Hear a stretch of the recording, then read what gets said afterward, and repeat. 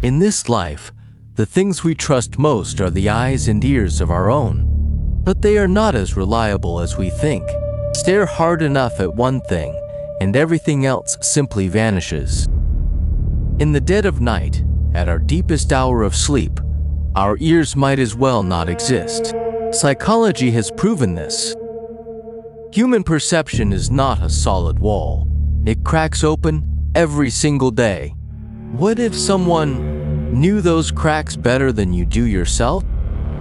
What if there truly existed a band of people who needed no walls scaled and no doors broken, who came and went solely through the cracks in our perception? Then every night, that door you lock with your own hands, who has it ever stopped? In the early years of the dynasty Qing, a scholar called Wang Shuzhen, he genuinely recorded such a case, preserved in a book of notes titled Tan.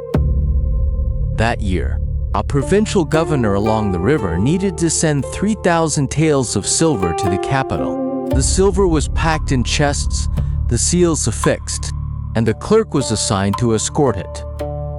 Halfway there, darkness fell, and he took shelter for the night in an old temple.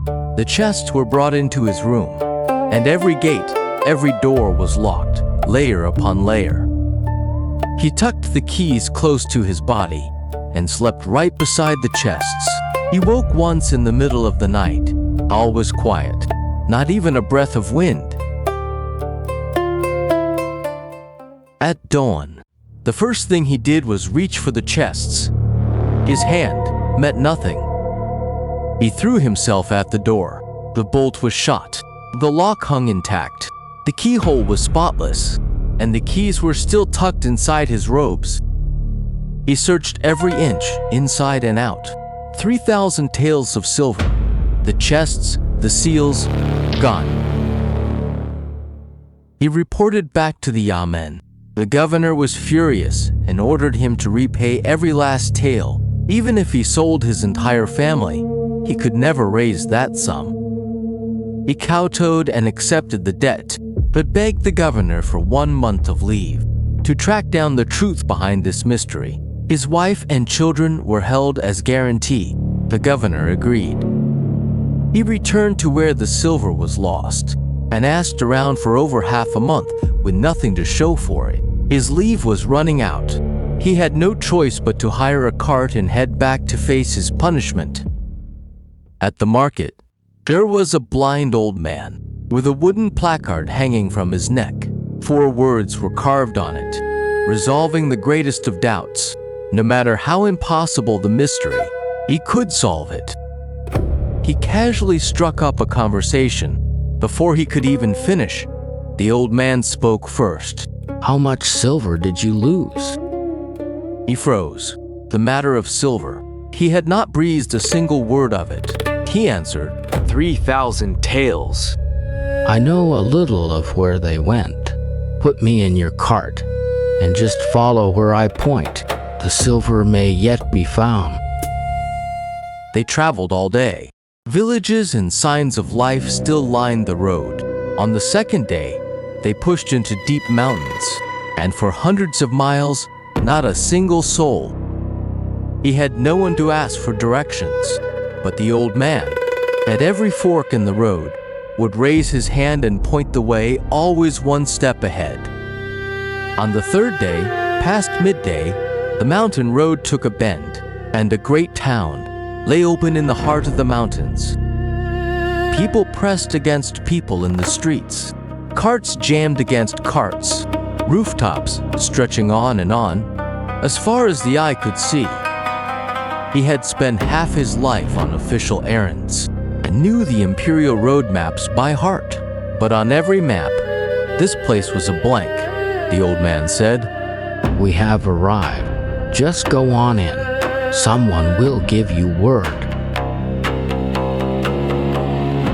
He entered the town. He had barely passed the first street when a man blocked his path.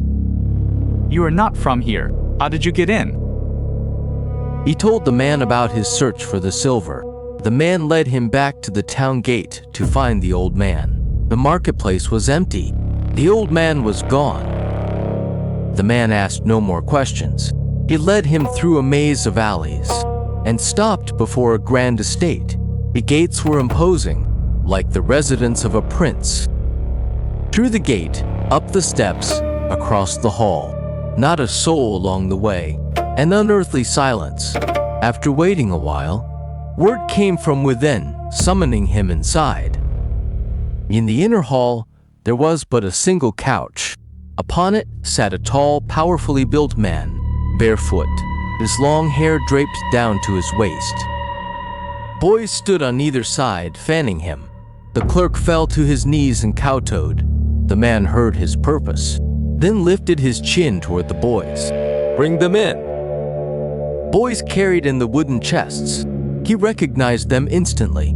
The seals were the very ones he had pressed on himself, not a single corner peeling.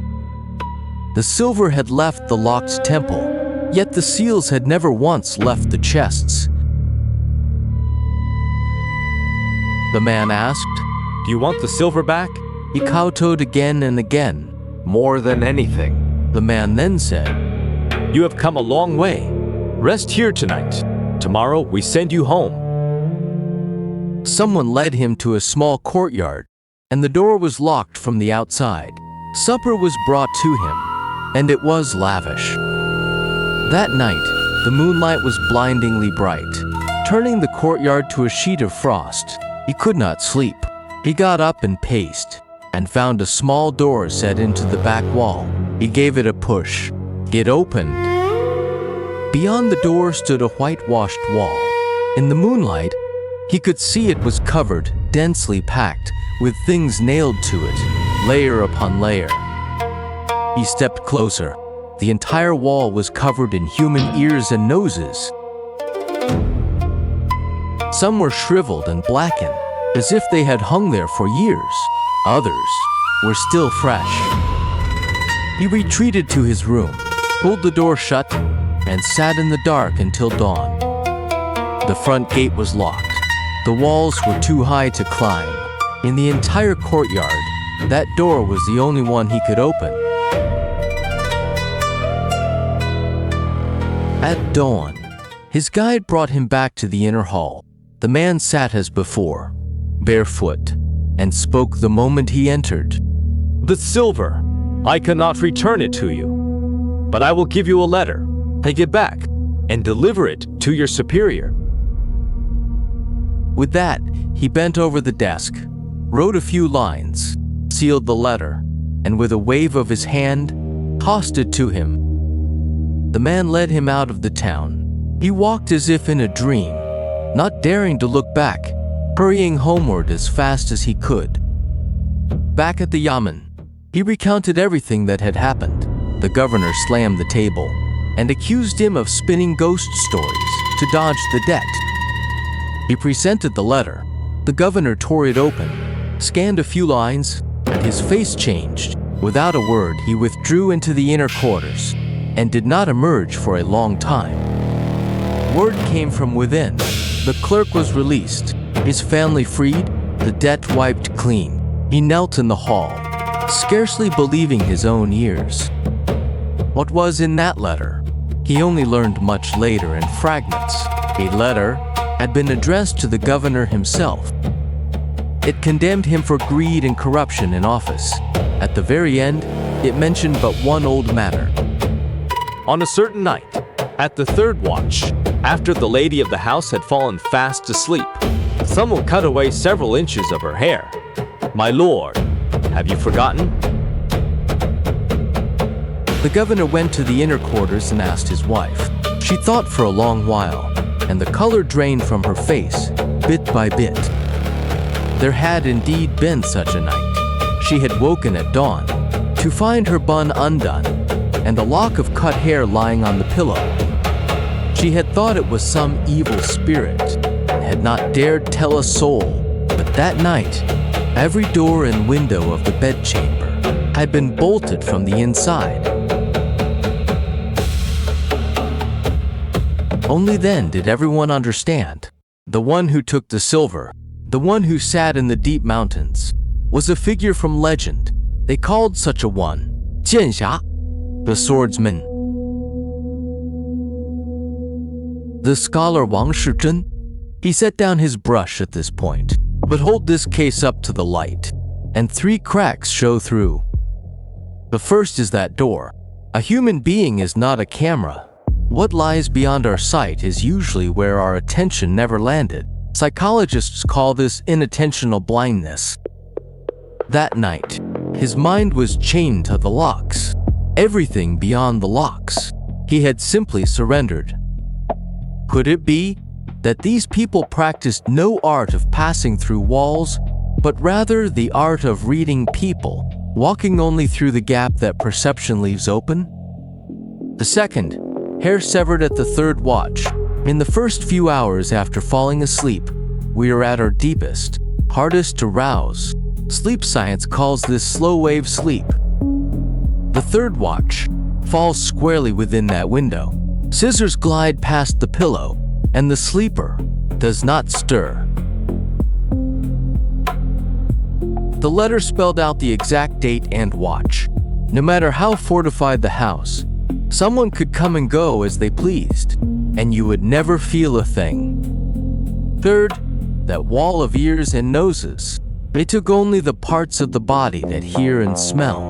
Even the old man who led the way did not use his eyes to see. For those who exploit the blind spots of human perception, that wall was their calling card.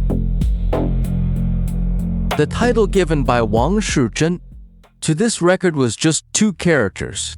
The name, 剑侠, the swordsman. Yet from beginning to end, not a single sword appears. Perhaps that is the weight of the name.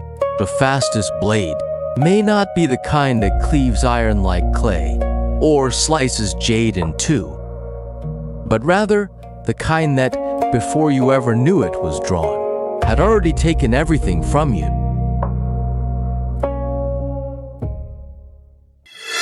Subscribe to Young Decodes for more untold legends.